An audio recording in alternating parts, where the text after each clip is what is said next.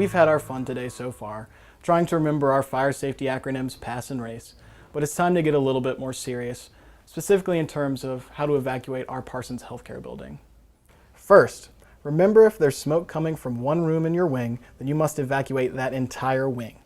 At the same time, engineering will be trying to locate and determine the type of fire or smoke, whether it be electrical, grease, or food, and extinguish the fire if possible. The nursing supervisors will go to the nurse station located in the center of each floor to await further instructions from the incident commander. Dining personnel will also report to the nurse station and be instructed by nurse supervisor or incident commanders.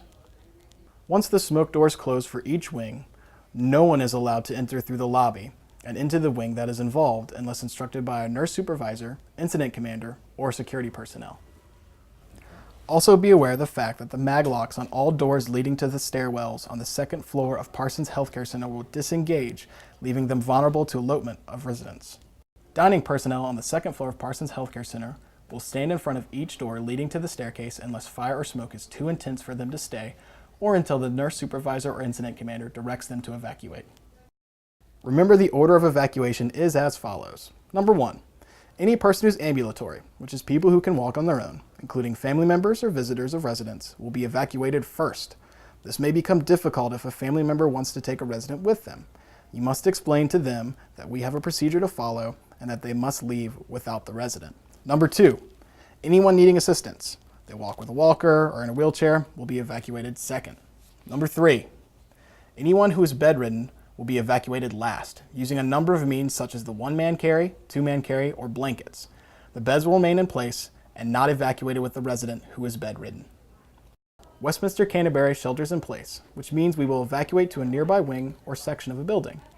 If the east wing of Parsons Healthcare Center is on fire, we will evacuate the residents to the west wing. Sometimes we must evacuate the whole building. For example, if the Parsons Healthcare building became compromised, we would evacuate the Parsons Health Center residents to the Gables building.